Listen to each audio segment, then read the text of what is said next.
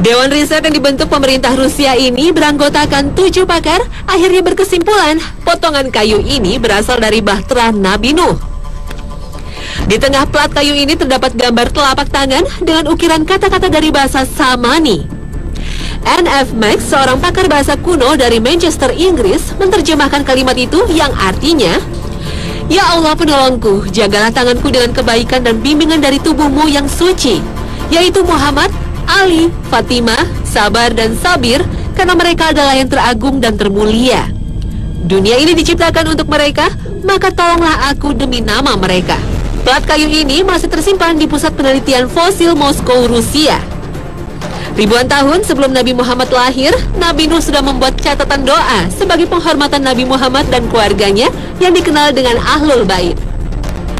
Sabat dan Sabir dalam bahasa Sarmani artinya Hasan dan Hussein, yang merupakan cucu kesayangan Rasulullah. Subhanallah.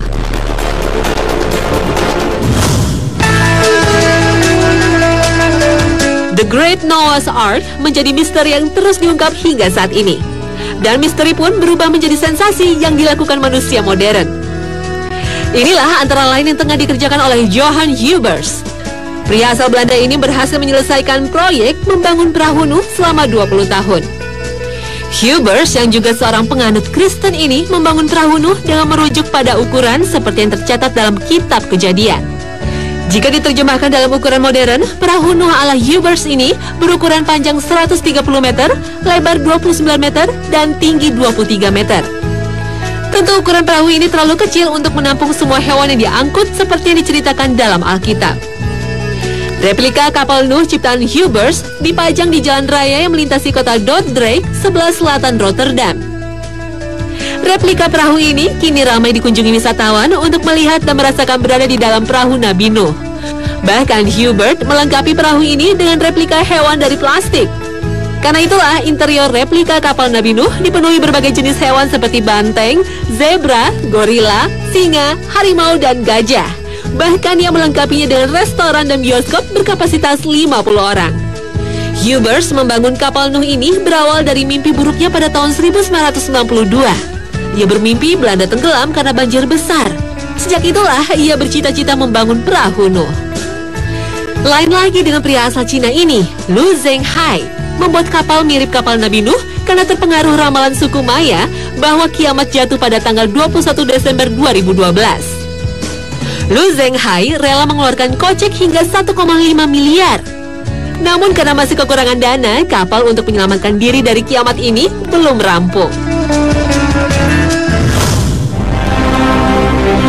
Selain umat Nabi Nuh, Al-Quran juga banyak mengulas bangsa-bangsa terdahulu yang dimusnahkan dengan bencana, seperti umat Nabi Lut, Nabi Hud, dan Nabi Soleh. Para nabi ini memiliki silsilah garis keturunan kepada Nabi Nuh alaihissalam. Dari ketiga putra Nabi Nuh, tersebar berbagai keturunan yang tinggal di berbagai daerah. Inilah beberapa bangsa yang durhaka dan mengikuti risalah yang dibawa oleh para nabi utusan Allah. Azab Allah menimpa kaum Nabi Lut yang tinggal di kota Sodom. Mereka dimusnahkan Allah karena menentang nabinya dan tak mau meninggalkan kebiasaan homoseksualnya. Mereka lebih mencintai sesama jenis dan meninggalkan istri-istri mereka. Berdasarkan penelitian arkeologis, kota Sodom berada di tepi Laut Mati atau dikenal juga dengan nama Danau Lut, terbentang antara perbatasan Israel dan Yordania. Dengan gempa vulkanis yang diikuti letusan lava, kota Sodom dijungkir balikan Allah ke dalam Laut Mati, sebagaimana dikisahkan Allah dalam surat Hud. Maka tatkala datang azab kami jadikan negeri kaum Lut itu terjungkir balik sehingga yang di atas ke bawah. Dan kami hujani mereka dengan batu dari tanah yang terbakar dengan bertubi-tubi. Kota Sodom ini merupakan daerah patahan atau titik temunya lempengan bumi yang berlawanan arah.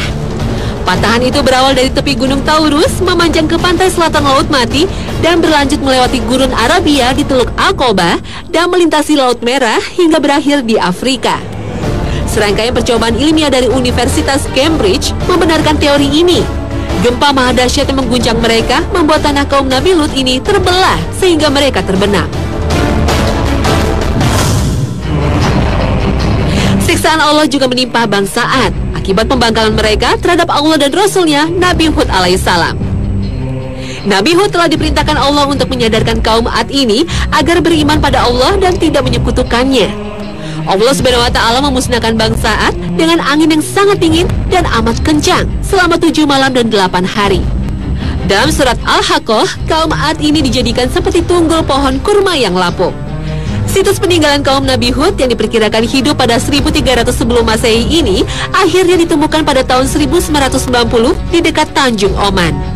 Reruntuhan bangunan kota menunjukkan bahwa disinilah kota kaum Ad. Kota bangsa Ad yang disebut kota Ubar ini seperti dikisahkan dalam surat Al-Fajr dipenuhi dengan menara-menara dan tiang-tiang tinggi. Apakah kamu tidak memperhatikan bagaimana Tuhanmu berbuat pada kaum Ad, yaitu penduduk Iram yang mempunyai bangunan-bangunan yang tinggi yang belum pernah dibangun seperti itu di negeri-negeri lain? Bangsa yang memiliki peradaban tinggi ini akhirnya lenyap karena perbuatan zalim yang mereka lakukan.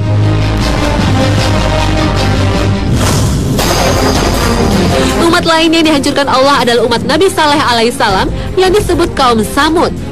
Mereka dibinasakan dengan petir yang menggelegar sehingga mereka mati bergelimpangan. Seperti dijelaskan surat Hud, ingatlah sesungguhnya kaum Samud mengingkari Tuhan mereka. Ingatlah kebinasaanlah bagi kaum Samud.